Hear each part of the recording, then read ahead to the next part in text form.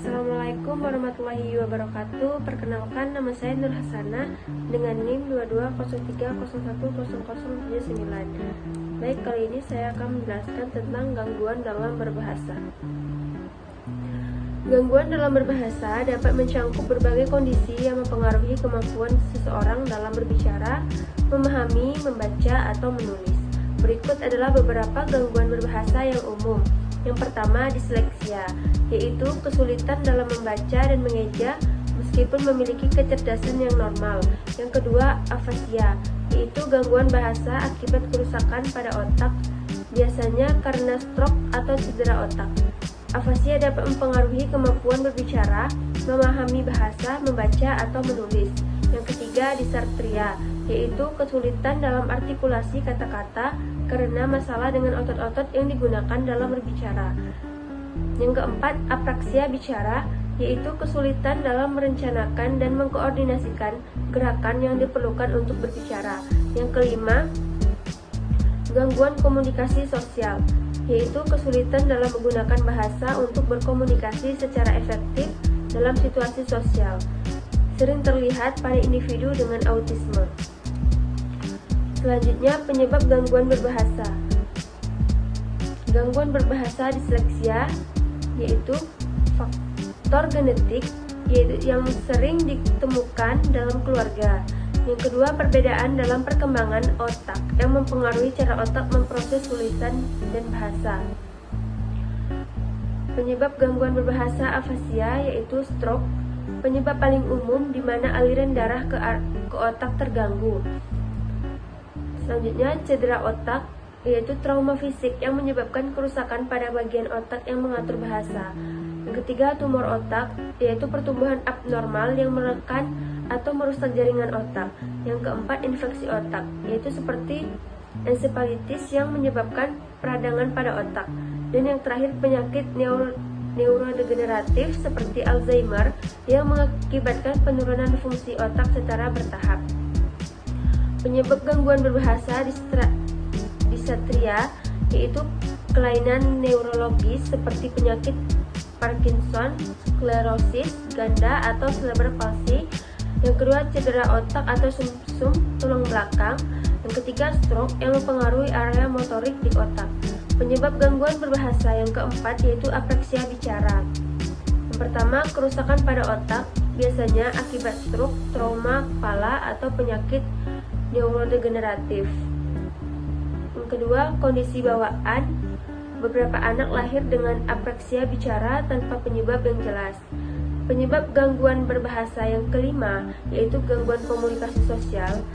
Gangguan spektrum autisme yaitu kesulitan dalam menggunakan bahasa dalam konteks sosial yang sering terlihat pada individu dengan autisme. Yang kedua, cedera otak traumatik yang bisa mempengaruhi kemampuan seseorang dalam berinteraksi secara sosial. Ketiga, kondisi perkembangan lainnya seperti sindrom Asperger atau gangguan perkembangan lainnya yang mempengaruhi komunikasi sosial. Selanjutnya, solusi untuk gangguan berbahasa. Solusi untuk gangguan berbahasa bervariasi tergantung pada jenis dan penyebab gangguan tersebut. Berikut adalah beberapa solusi yang umum digunakan. Solusi untuk gangguan berbahasa disleksia yaitu interferensi pendidikan. Program khusus seperti Orton Gillingham yang berfokus pada fonik, keterampilan membaca, dan strategi belajar.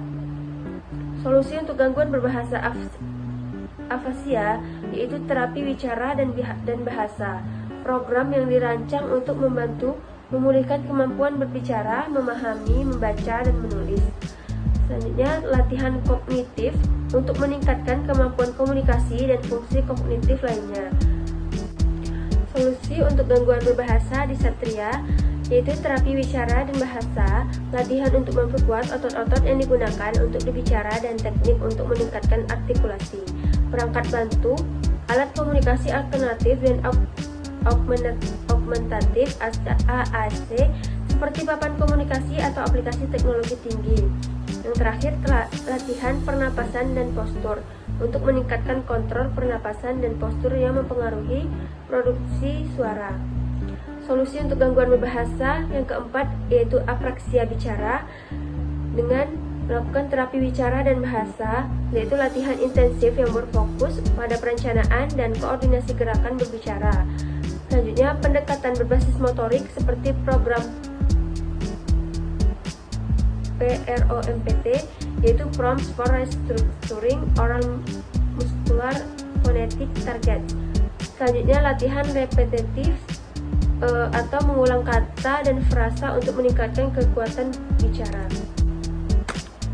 Baik, selanjutnya, hubungan psikologi dengan linguistik.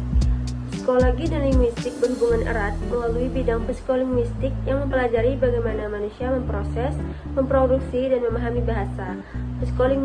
Psikologi, perkembangan, dan linguistik bekerja sama dalam memahami bagaimana anak-anak mengembangkan kemampuan berbahasa.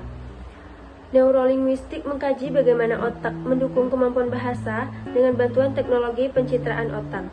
Selain itu, psikologi sosial dan sosiolinguistik bersama-sama mempelajari bagaimana faktor sosial dan psikologis mempengaruhi penggunaan dan persepsi bahasa dalam interaksi sehari-hari.